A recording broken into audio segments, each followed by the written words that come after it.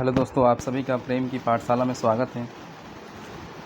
आज हम लोग, जैसा कि आप देख रहे हैं, ये करंट अफेयर्स का सीरीज़ है और हम लोग जनवरी 2022 से लेकर अभी वर्तमान में 2023 के मई 2023 तक के करंट अफेयर्स को देखेंगे और ये मंथली सीरीज़ है। आप देख सकते हैं यहाँ पे जनवरी 2022 के जो भी करंट अफेयर्स रहे हैं उसको हम लोग देखेंगे, क्या क्या करंट अफेयर्स में क्वेश्चन आया था। और ये दोस्तों, ये जो आपके सामने स्क्रीन पे दिख रहा है, ये दृष्टि के बारे में आपने सुना होगा। ये दृष्टि का ये करंट अफेयर्स है। बहुत सारे लोग हैं जो करंट अफेयर्स की बुक खरीद नहीं पाते या बहुत सारे वजह से दूर होते हैं, बुक शॉप वहाँ नहीं अवेलेबल होता है, जिस कारण से वो उनकी पहुंच इन पुस्तकों तक नहीं हो पाती है। तो मैं यहाँ पे क्या करूँगा, आपको 2022 जनवरी से लेके 2023 के मई महीने तक का जो भी करंट अफेयर्स है वो सभी आपको कंपाइल करके यहाँ पे एक सीरीज़ के द्वारा कम से कम 7-8 जो वीडियो होगा उसमें आपको पूरा करंट अफेयर्स कवर हो जाएगा, लगभग 1.5 साल का। जो आने वाले एसएससी, जेएसएससी, सीजीएल और जो भी पीजीटी का एग्ज़ाम हो या फिर झारखंड जेई का एग्ज़ाम हो या फिर जेपीएससी के एग्ज़ाम हो, सबके लिए आपको ये काफ़ी लाभदायक होने वाला है। तो चलिए बिना किसी देरी के शुरू करते हैं। तो यहाँ पे जैसे आप देख सकते हैं जो क्या क्या उस जनवरी 2022 में रहा था करंट अफेयर्स में। तो जो सुर्खी रहा था, सबसे पहला है बीएसएनएल में अमोनियम सल्फेट प्लांट का उद्घाटन हुआ था। दूसरा क्या रहा था, इसका डिटेलिंग हम लोग करेंगे। पहले मैं यहाँ पे आपको बता रहा हूँ कि क्या क्या न्यूज़ में रहा था। दूसरा जो न्यूज़ में था वो जमशेदपुर में एक clean to green on wheels अभियान शुरू किया गया था। उसके बाद रांची राजधानी में विश्व व्यापार केंद्र का उद्घाटन किया गया। इसके अलावा डीआईसी ने बोकारो स्टील प्लांट में अमृत पार्क का उद्घाटन किया। उसके बाद का जो न्यूज़ है वो है मुख्यमंत्री ने 7 नए पीएसए ऑक्सीजन प्लांट का उद्घाटन। उसके बाद काफ़ी महत्वपूर्ण है, काफ़ी इम्पोर्टेंट, AVIG रोबोट ये बनाया है, किसने बनाया है, कहाँ के रहने वाले हैं, इसका क्या उपयोग है। उसके बाद है बीएसएनएल अत्याधुनिक पर्यावरण प्रयोगशाला का उद्घाटन हुआ। उसके बाद गोला और मांझी एक्सप्रेसवे के बारे में जानेंगे कि ये क्या झारखंड का पहला एक्सप्रेसवे है और क्या इसकी खूबियाँ हैं, इसको भी हम लोग यहाँ पे देखेंगे। और इसके अलावा यहाँ पे धनबाद में दूसरा महिला थाना बना है। उसके अलावा रांची सांसद ने ग्रामीण छात्रों के लिए शुरू किया कंप्यूटर बैंक। इसके अलावा मुख्यमंत्री ने बोकारो अस्पताल में किया अत्याधुनिक prime scan ecosystem of mission machine का उद्घाटन। और फिर आगे है कि ईसीएल के सीईओ ने किया सेफ्टी पार्क। ये सेफ्टी पार्क क्या है, इसका उद्घाटन किया। उसके बाद झारखंड सरकार के कैबिनेट के द्वारा लिए गए महत्वपूर्ण निर्णय देखेंगे हम लोग। उसके बाद टाटा स्टील की उत्सर्जन कम करने के लिए दुनिया में अपनी तरह की पहली सीबीएम इंजेक्शन पहल।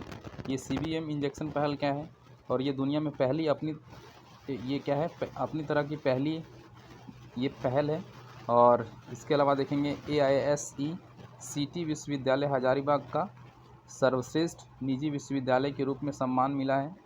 और झारखंड की सविता कुमारी को प्रधानमंत्री राष्ट्रीय बाल पुरस्कार से सम्मानित किया गया है। इसके अलावा मुख्यमंत्री ने 10 जिलों में 14 राइस मिल की आधारशिला रखी है। फिर उसके बाद टाटा स्टील और बैडमिंटन जो एसोसिएशन है, दोनों ने MOU किया है, यानी कि समझौता ज्ञापन पर हस्ताक्षर किया है। और जो अंतिम सुर्खी रहा था 2022 जनवरी में, वो था गिरिधारी राम गोंझू, जो कि इसको पद्म पुरस्कार से सम्मानित किया गया है। तो चलिए हम लोग एक एक करके देखते हैं, इसकी डिटेलिंग थोड़ा करते हैं। तो सबसे पहला जो न्यूज़ रहा था वो था बीएसएनएल में अमोनियम सल्फेट प्लांट का उद्घाटन। तो इसका कारण जो है चर्चा में क्यों रहा था, तो ये चर्चा में इसलिए रहा था, जो BSL है, BSL यानी Bokaro steel limited, Bokaro plant जो BSL जिसको हम लोग बोलते हैं शॉर्ट में, वहाँ पे जो कोकोवेन होता है स्टील बनाने में, कोकोवेन का काफ़ी महत्वपूर्ण योगदान होता है। वहाँ पे एक बाई प्रोडक्ट के रूप में क्या निकलता है, अमोनियम सल्फेट। और तो उसी के लिए एक प्लांट का उद्घाटन किया गया है, अमोनियम सल्फेट प्लांट। ये अमोनियम सल्फेट क्या होता है, इसका उपयोग कहाँ पे होता है, इसका उपयोग होता है बीज मतलब कृषि क्षेत्र में इसका यूज़ होता है। किस रूप में यूज़ होता है, उर्वरक के रूप में यूज़ होता है कृषि कार्य में। ठीक है, आपको बस सिंपल सा जानना है कि जो अमोनियम सल्फेट प्लांट है वो कहाँ पे उद्घाटन किया गया, तो बोकारो के बीएसएल प्लांट में उद्घाटन किया गया है। उसके अलावा आपको जानना है कि ये जो अमोनियम सल्फेट होता है इसका उपयोग क्या होता है, तो कृषि कार्य में होता है उर्वरक के रूप में। बस आपको इतना ही जानना है। आगे हम लोग चलते हैं। जो सेकंड, देखिए जानने का तो बहुत कुछ आप यहाँ से पढ़ सकते हैं, लेकिन जो एग्ज़ाम के लिए जो महत्वपूर्ण है, आप कम समय में ज़्यादा से ज़्यादा आउटपुट ले सकते हैं, वही मैं आपको यहाँ पे बता रहा हूँ।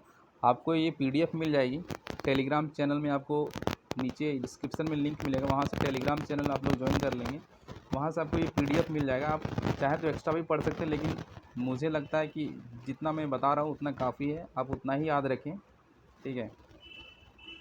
जो दूसरी न्यूज़ है वो क्या है, जमशेदपुर में clean to green on wheels अभियान। ये क्या है, इसके द्वारा जो भी इलेक्ट्रॉनिक वेस्ट होता है, यानी ई वेस्ट, जैसे ई वेस्ट किसको कहते हैं, जैसे मोबाइल जब हमारा ख़राब हो जाता है तो वो एक क्या हो जाता है, वेस्ट बन जाता है। इसके अलावा चार्जर है, हेडफोन है, ये सब क्या होता है, यूज़ करने के बाद अगर ख़राब हो गया तो उसका कोई यूज़ नहीं होता फिर, तो वो एक तरह का वेस्ट हो गया, तो वो क्या हो गया, ई वेस्ट यानी इलेक्ट्रॉनिक वेस्ट। इसके अलावा कंप्यूटर हो गया, एलईडी स्क्रीन हो गया, या फिर जो पेन ड्राइव हो गया, या फिर जितने भी आप देख रहे हैं, टीवी हो गया, कंप्यूटर हो गया, ये सारे इलेक्ट्रॉनिक्स आइटम है। अगर इसका उपयोग ख़त्म हो गया उसके बाद ये क्या हो जाता है, एक वेस्ट बन जाता है। तो इसके लिए क्या किया गया है, इस पहल के तहत 9 संग्रह वाहन जो है वो देश में जगह जगह पे जाएगा, शहरों और कस्बों में, और उसके द्वारा जो है टारगेट रखा गया है कि 5500 मीट्रिक टन का जो ई कचरा है उसको एकत्र किया जाएगा। और इसमें जो इस अभियान को शुरू करने वाले जो कंपनी है, देखिए मोबाइल जो कंपनी बना रही है, जिम्मेदारी भी उसी की है कि वो इलेक्ट्रॉनिक वेस्ट को वो निपटान करे उसका सही। तो जो भी है, कौन कौन से इसमें पार्टिसिपेंट है, यानी कौन कौन से कंपनी इसमें भागीदार है, तो आरएलजी इंडिया, माइक्रोसॉफ्ट, उसके बाद एलजी, उसके बाद एचपी। आप ये सभी इलेक्ट्रॉनिक्स, जैसे एलजी की आपने टीवी देखी होगी, एलजी का मोबाइल भी पहले आता था, उसके बाद एचपी कंप्यूटर आता है, फिर उसके बाद ओप्पो, लेनोवो, पायनियर, मोटोरोला, उसके बाद फुजिसु, उसके बाद ब्रदर, सीमेंस, उसके बाद हायर, उसके बाद वीडियोजेट, वीरा, ये सब लोग मिल के इस चीज़ को संचालन कर रहे हैं। और इसका उद्देश्य क्या है, जो ई कचरा होता है उसका सुरक्षित निपटान को बढ़ावा देना, ठीक है। तो आपको इसमें याद रखना है कि ये जो clean to green on wheels अभियान क्या है, तो ई वेस्ट से रिलेटेड है, और ये इसके तहत कितने वाहनों को देश भर में यात्रा के लिए भेजा गया है, तो 9 संग्रह वाहन को, और कितना इसमें लक्ष्य है कि तो 5500 मीट्रिक टन ई कचरा एकत्र करना इसका लक्ष्य है। बस आपको ये 4 चीज़ याद रखना है। सेकंड जो है न्यूज़ वो ये रहा था कि रांची में, यानी राजधानी में बनेगा विश्व व्यापार केंद्र। कहाँ पे बनेगा, रांची के धुरवा में। धुरवा में कौन सी जगह पे, तो स्मार्ट सिटी क्षेत्र है। तो स्मार्ट, यहाँ से एक क्वेश्चन और बन सकता है कि स्मार्ट सिटी क्षेत्र कहाँ पे है, तो ये धुरवा में है। यहीं पे बनाया जाएगा वर्ल्ड ट्रेड सेंटर, और इसके लिए जो है केंद्र सरकार ने अनुमति दी थी 2018 में ही, और इसमें बनाने का जो लक्ष्य है वो क्या है, 2 साल के अंदर इसको बनाना है। और इसके अलावा यहाँ पे क्या सुविधाएं मौजूद होगी, तो अंतर्राष्ट्रीय व्यापार से जुड़ी सभी सुविधाएं यहाँ पे उपलब्ध होगी। इसके अलावा यहाँ पे जो मंजूरी मिला था केंद्र सरकार से, वो मिला था 2018 में। केंद्र सरकार ने रांची में वर्ल्ड ट्रेड सेंटर खोलने की मंजूरी दी थी। अब हम लोग नेक्स्ट जो न्यूज़ रहा था उस पर चलते हैं। डीआईसी ने बोकारो स्टील प्लांट में अमृत पार्क का उद्घाटन किया। यहाँ पे देखिए एक अमृत पार्क है, और इससे पहले मैं आपको बता दूँ, एक है अमृत उद्यान, ठीक है। अमृत उद्यान ये कहाँ पे है, तो राष्ट्रपति भवन में, राष्ट्रपति भवन जहाँ पे है वहाँ पे एक पहले हुआ करता था मुगल गार्डन, और इसका नाम बदल के क्या कर दिया गया है, अमृत उद्यान। जो मुगल गार्डन है उसको बदल के कर दिया गया है अमृत उद्यान। लेकिन यहाँ पे क्या है, ये अमृत पार्क है। तो आप थोड़ा कंफ्यूज नहीं होंगे कि अमृत पार्क कहाँ पे है और अमृत उद्यान कहाँ पे है। तो यहाँ पे ये अमृत पार्क के बारे में है। तो जो बीएसएल के निदेशक है, यानी कि जो डायरेक्टर हैं, उनका नाम क्या था, अमरेंदु प्रकाश। इन्होंने क्या किया है कि बीएसएल में एक डिपार्टमेंट है वहाँ पे जिसे आप अगर जाएंगे तो एचआरसीएफ करके एक डिपार्टमेंट है, जिसको बोलते हैं हॉट रोल्ड कॉइल्ड फिनिशिंग, तो उस विभाग के द्वारा एक विकसित किया गया है क्या, अपशिष्ट स्क्रैप सामग्री। ये जो अपशिष्ट स्क्रैप सामग्री यानी कि जो वेस्ट मटेरियल है उसका यूज़ करके क्या करना है, एक पार्क विकसित किया जाएगा। जो वेस्ट मटेरियल है उसका उपयोग करके पार्क विकसित किया जाएगा, बस यही इसका उद्देश्य है। जो अमृत पार्क है, तो अमृत पार्क किससे बनाया जाएगा, जो वेस्ट मटेरियल है उसी से बनाया जाएगा। और ये जो है किसका हिस्सा है, अमृत महोत्सव स्वतंत्रता के 75वें वर्ष के हिस्से के रूप में इसको विकसित किया गया है। बस इतना ही आपको जानना है। उसके बाद मुख्यमंत्री ने 7 PSA ऑक्सीजन प्लांट का उद्घाटन किया, और किसके सहयोग से किया, पाथ ऑर्गेनाइजेशन के सहयोग से किया है। जिसमें से देखिए यहाँ पे सदर अस्पताल में 2 बनाया जाएगा, जमशेदपुर के मर्सी अस्पताल में 1 और चाकुलिया पूर्वी सिंहभूम में, उसके बाद सरायकेला खारसावा के सामुदायिक स्वास्थ्य केंद्र में भी 1 बनाया जाएगा। और इस तरह से कुल कितने ऑक्सीजन प्लांट बनाए जाएंगे, 7। तो बस आपको ये याद रखना है कि 7 ऑक्सीजन प्लांट का उद्घाटन मुख्यमंत्री जी ने किया था। कब किया था, 12 जनवरी 2022 को। नेक्स्ट जो है AVIG रोबोट, ये सबसे इम्पोर्टेंट है। ये जो रोबोट है ये धनबाद निवासी जिनका नाम है सस्वयं पी रंजन, इन्होंने ये बनाया है, ये रोबोट का निर्माण किया है। ये क्या करेगा, ये रोबोट कुछ ही सेकंड में जो कोरोना के जो वायरस हैं या उसके जो वेरिएंट हैं उसको क्या करेगा, निष्क्रिय कर देगा, यानी कि डीएक्टिवेट कर देगा। और इस रोबोट का उपयोग कहाँ पे होगा, जो भी हॉस्पिटल है या फिर जो कॉरपोरेट ऑफिस है, कॉमर्शियल मॉल है, स्कूल है, ट्यूशन हॉल है, होटल है, रेलवे वेटिंग हॉल है, बैंक, रेस्टोरेंट, प्रार्थना hall, book store, community centre, कहीं भी इसका इस्तेमाल किया जा सकता है। और ये जो है ये मोबाइल एंड्रॉयड फ़ोन से ऑपरेट होता है। और ये जो बैक्टीरिया है, जो वायरस है, उसको निष्क्रिय कैसे करता है, तो ये अल्ट्रावायलेट रे के द्वारा जो बैक्टीरिया है उसको निष्क्रिय करता है। तो आपसे हो सकता है एग्ज़ाम में पूछ दे किस, बोल देगा कि इंफ्रारेड के द्वारा निष्क्रिय करता है, तो नहीं, ये अल्ट्रावायलेट रे के द्वारा, यूवी रेज जो है उसके द्वारा जो जर्म्स है, बैक्टीरिया है, उसको निष्क्रिय करता है। तो इसको बनाने वाले के नाम आपको याद रखना है, सस्वयं पी रंजन, कहाँ के निवासी है, धनबाद के हैं। उसके बाद BSNL में अत्याधुनिक पर्यावरण प्रयोगशाला का उद्घाटन 15 जनवरी को उद्घाटन हुआ था ये। और बस आपको इतना याद रखना कि ये पर्यावरण प्रयोगशाला का उद्घाटन किया गया है BSL में, BSL का यानी कि बोकारो स्टील प्लांट में। नेक्स्ट न्यूज़ है गोला और माझी एक्सप्रेसवे। यहाँ पे देखिए ये गोला और माझी एक्सप्रेसवे का निर्माण किया जाएगा और इसमें लगभग 1700 करोड़ रुपये खर्च होंगे। ये जो है अपना ये वास्तविक एक्सप्रेसवे होगा। ये क्या है, वास्तविक एक्सप्रेसवे। अभी जो वर्तमान में एक्सप्रेसवे बोला जा रहा है कि और माझी सिकिदरी गोला बोकारो रोड, ये अलग है। और ये जो हम लोग यहाँ पे देख रहे हैं और माझी गोला और माझी एक्सप्रेसवे, ये अलग है। तो दोनों के नाम में थोड़ा सा आप कंफ्यूज कर सकते हैं।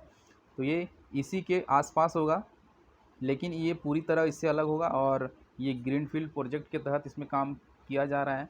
ये शुरू कहाँ से होगा, ये शुरू होगा बोकारो में। कहाँ से, जैना मोड़ से। जैना मोड़ से इसका निर्माण जो है शुरू होगा और ये कहाँ तक जाएगा, गोला तक जाएगा।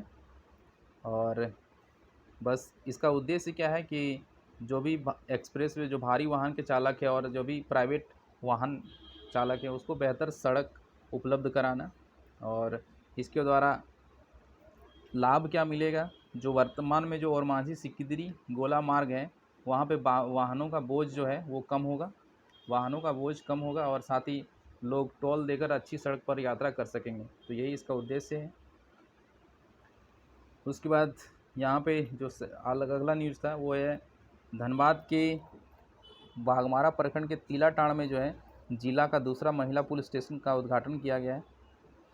और ये इस थाने का उद्घाटन जो है बनाने की जो प्रयास चल रहा था वो 2016 से ही चल रहा था, लेकिन ज़रूरी है महिला थाना का होना। और यहाँ पे जो नियुक्त किया गया है वो सोनिका वर्मा जो है पहली प्रभारी नियुक्त की गई है। और इसके अलावा जो अगला न्यूज़ है, रांची के सांसद ने ग्रामीण छात्रों के लिए शुरू किया कंप्यूटर बैंक। तो ये कंप्यूटर बैंक क्या है, तो बीजेपी के सांसद जो है रांची के संजय सेठ, आप इनका नाम याद रखेंगे, रांची से सांसद है संजय सेठ।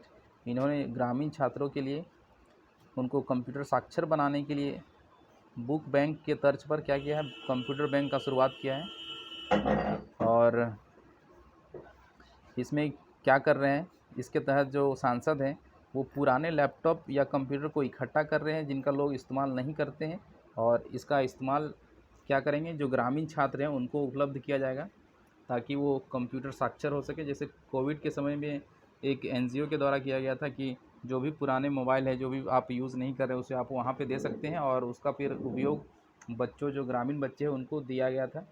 तो ये काफ़ी अच्छी पहल है। तो आपको ये याद रखना है कि जो कंप्यूटर बैंक की शुरुआत किसने किया है, तो रांची के सांसद है संजय सेठ, उन्होंने किया है। उसके अलावा जो अगला है वो है, मुख्यमंत्री ने बोकारो अस्पताल में किया अत्याधुनिक prime scan ecosystem of machine का उद्घाटन। तो 18 जनवरी 2022 को मुख्यमंत्री हेमंत सोरेन ने वर्चुअल माध्यम से यानी कि ऑनलाइन माध्यम से किया था दंत अस्पताल बोकारो में। तो ये कहाँ पे, जैसे आपसे पूछा जा सकता है कि prime scan ecosystem of machine का उद्घाटन मुख्यमंत्री जी ने कहाँ पे किया था, तो बोकारो में एक बहुत बड़ा हॉस्पिटल है जिसको बोलते हैं BGH, बोकारो जनरल हॉस्पिटल। तो ये अगर ऑप्शन में दे देगा तो ज़्यादातर लोग जो है इसी को सही मान लेंगे, लेकिन नहीं, आपको याद रखना कहाँ पे, दंत अस्पताल बोकारो में ये उद्घाटन किया गया है। और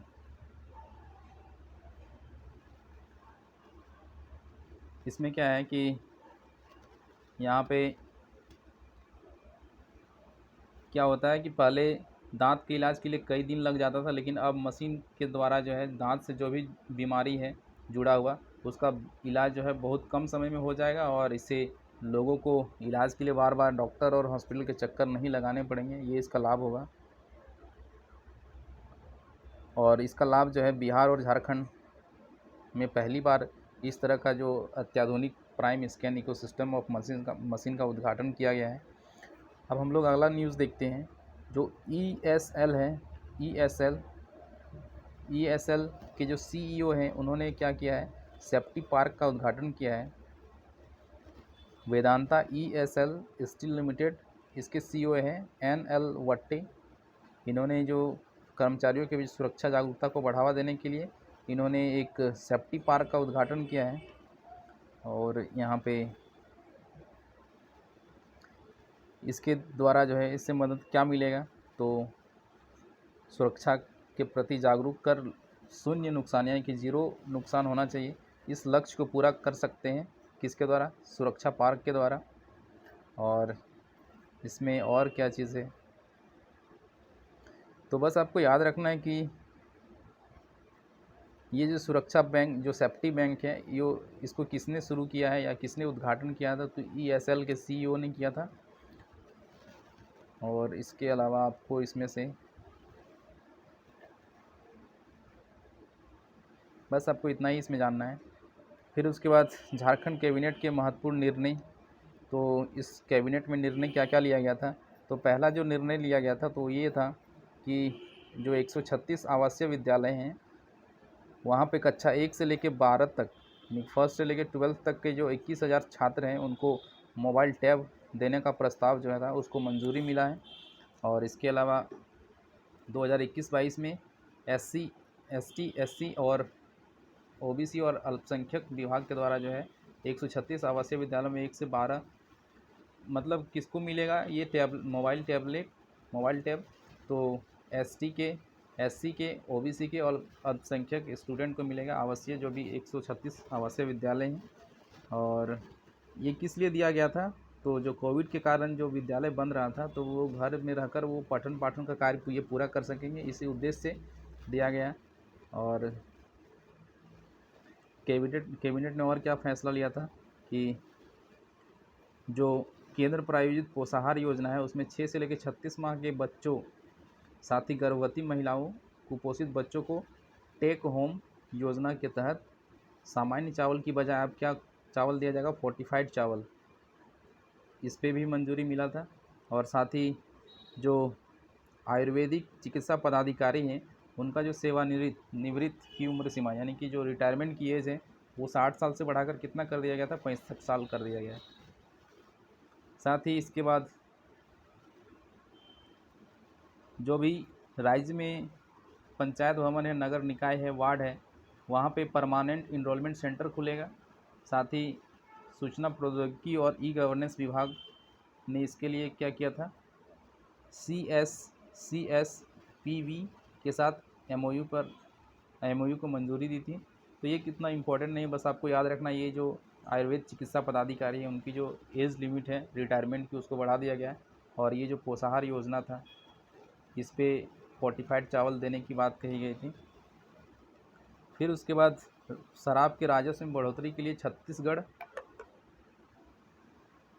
राज्य मार्केटिंग कॉरपोरेशन लिमिटेड के साथ क्या किया गया था, MOU किया गया था सरकार के द्वारा। और फिर उसके बाद कुछ योजनाएं हैं उसको मंजूरी मिला था, जैसे नंदनी जलाशय योजना। और इसमें क्या किया जाएगा, जो मुख्य नहर है उनको क्या क्या पुनरुद्धार किया जाएगा उसका। तो आपसे पूछा जाए नंदनी जलाशय योजना क्या है, तो ये नहरों के पुनरुद्धार के लिए इसको शुरू किया गया था। उसके बाद कांची सिंचाई परियोजना, ये भी पुनरुद्धार जो है इसके पुनरुद्धार के लिए इतना पैसा दिया गया था, 29,23,37,000। फिर उसके बाद ग्रामीण जलापूर्ति योजना के लिए नाबार्ड से कितने कर्ज लेने के लिए मंजूरी मिली है। तो आपसे ये पूछा जा सकता है कि ग्रामीण क्षेत्र में जलापूर्ति योजना को पूरा करने के लिए नाबार्ड से कितना कर्ज लिया गया, तो 185 करोड़। उसके बाद जो टोक्यो ओलंपिक है उसमें भारतीय हॉकी टीम में कौन खेल रही थी, झारखंड की निक्की प्रधान, और जो दूसरी खिलाड़ी थी वो कौन थी, सलीमा टेटे। तो इनको पुरस्कार की राशि जो है क्या वो लिखा हुआ है, इसको पुरस्कार की राशि के लिए स्वीकृति मिली। और साथ ही जो तीरंदाज है दीपिका कुमालिका बारी, उसके बाद अंकिता भगत, और जो प्रशिक्षक है यानी ट्रेनर जो है पूर्णिमा महतो, इनको भी इनाम राशि देने के लिए स्वीकृति मिला। और उसके अलावा जो और स्वीकृति मिला था 1 से 3 साल के बच्चों के लिए फाउंडेशन लिटरेसी कार्यक्रम के लिए केयर इंडिया संस्था का मनोनयन किया गया है। तो फाउंडेशन लिटरेसी कार्यक्रम के किसका मनोनयन किया गया, केयर इंडिया संस्था का। फिर उसके बाद जो गोड्डन में पुलिसकर्मियों के लिए 58 करोड़ 1,80,000 रुपये खर्च कर आवासीय कॉलोनी का निर्माण किया जाएगा। यानी पुलिसकर्मियों के लिए कितना आवासीय कॉलोनी बनाया जाएगा, ये इतना खर्च करके, यानी कि आपको बस याद रखना कि आवासीय कॉलोनी का निर्माण किया जाएगा। फिर उसके बाद जो विधायक योजना है उसके तहत विधायकों की अनुशंसा पर जलापूर्ति योजनाओं के लिए 50 लाख रुपये खर्च करने को ऐच्छिक किया गया। यानी कि विधायक के लिए ऑप्शनल है, यानी कि वो चाहे तो 50 लाख रुपया तक जो है जलापूर्ति योजना के लिए खर्च कर सकते हैं। उसके बाद सबसे जो इम्पोर्टेंट है वो आपको याद रखना है कि जो मसलिया राजेश्वर सिंचाई परियोजना कहाँ पे है, तो ये किस जिले से संबंधित, तो दुमका से संबंधित है। ये आपको याद रखना है। इसके तहत क्या किया जाएगा, जो भूमिगत सिंचाई पाइपलाइन लगाया जाएगा। तो ये आपको याद रखना है। नेक्स्ट जो न्यूज़ था वो ये था कि टाटा स्टील की उत्सर्जन कम करने के लिए दुनिया में अपनी तरह की पहली CBM इंजेक्शन पहल की शुरुआत की है टाटा स्टील के द्वारा। तो आपको बस इतना याद रखना कि जो CBM इंजेक्शन पहल है वो किसके द्वारा शुरू किया गया है, तो टाटा स्टील के द्वारा शुरू किया गया है। और उसके बाद इसमें से आपको बस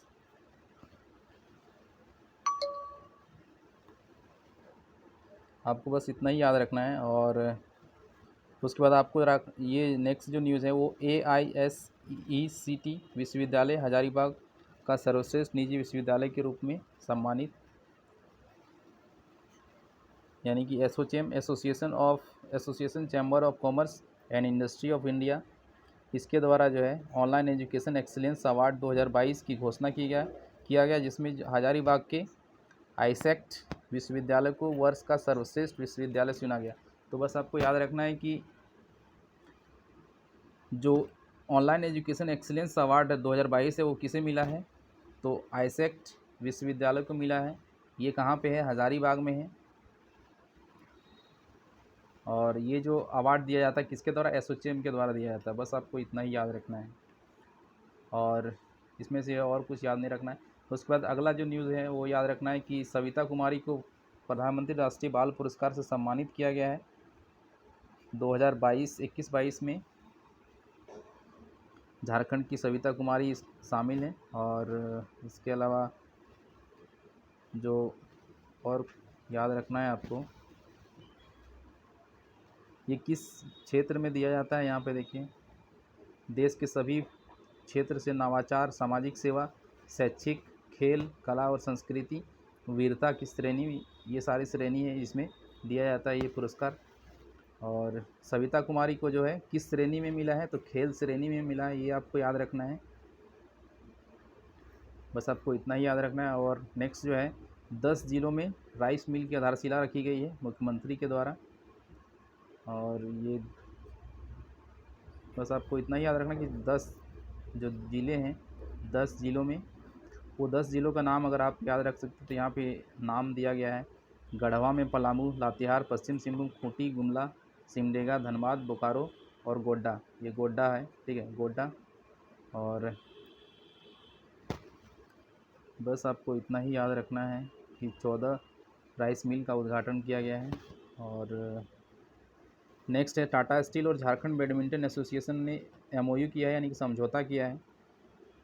तो ये किस लिए किया गया है, क्योंकि जो खेल है, खेल को बैडमिंटन को बढ़ावा देने के लिए, किया गया है टाटा स्टील और जो झारखंड बैडमिंटन एसोसिएशन है। और जो अंतिम न्यूज़ है वो है गिरधारी राम गोंझू, इनको पद्म पुरस्कार मिला है 2022 में। 128 लोगों को पद्म पुरस्कार मिला है, जिसमें से जो गिरधारी राम गोंझू है उनको क्या मिला है, पद्म पुरस्कार 3 होते हैं। एक पद्म विभूषण होता है, पद्म श्री होता है और एक पद्म विभूषण होता है, ठीक है। तो इनको जो अवार्ड मिला है वो क्या मिला है, पद्म श्री मिला है। तो आपको ये याद रखना है कि गिरधारी राम गोंझू को कब मिला है, 2022 में मिला है। और मरणोपरांत मिला है, किस क्षेत्र में मिला है, साहित्य एवं शिक्षा के क्षेत्र में मिला है। कौन सा अवार्ड मिला है, पद्मश्री मिला है। बस आपको ये याद रखना है। ये हिंदी और नागपुरी भाषा के भी जानकार थे और रांची विश्वविद्यालय के जनजातीय भाषा विभाग में प्राध्यापक भी रह चुके हैं। और इसके अलावा अगर आप ये याद जानना चाहेंगे कि जो 2022 का जो पद्म पुरस्कार है वो 128 लोगों को दिया गया था, जिसमें से 4 पद्म विभूषण दिया गया, 17 पद्म भूषण और 107 जो है पद्मश्री पुरस्कार शामिल था।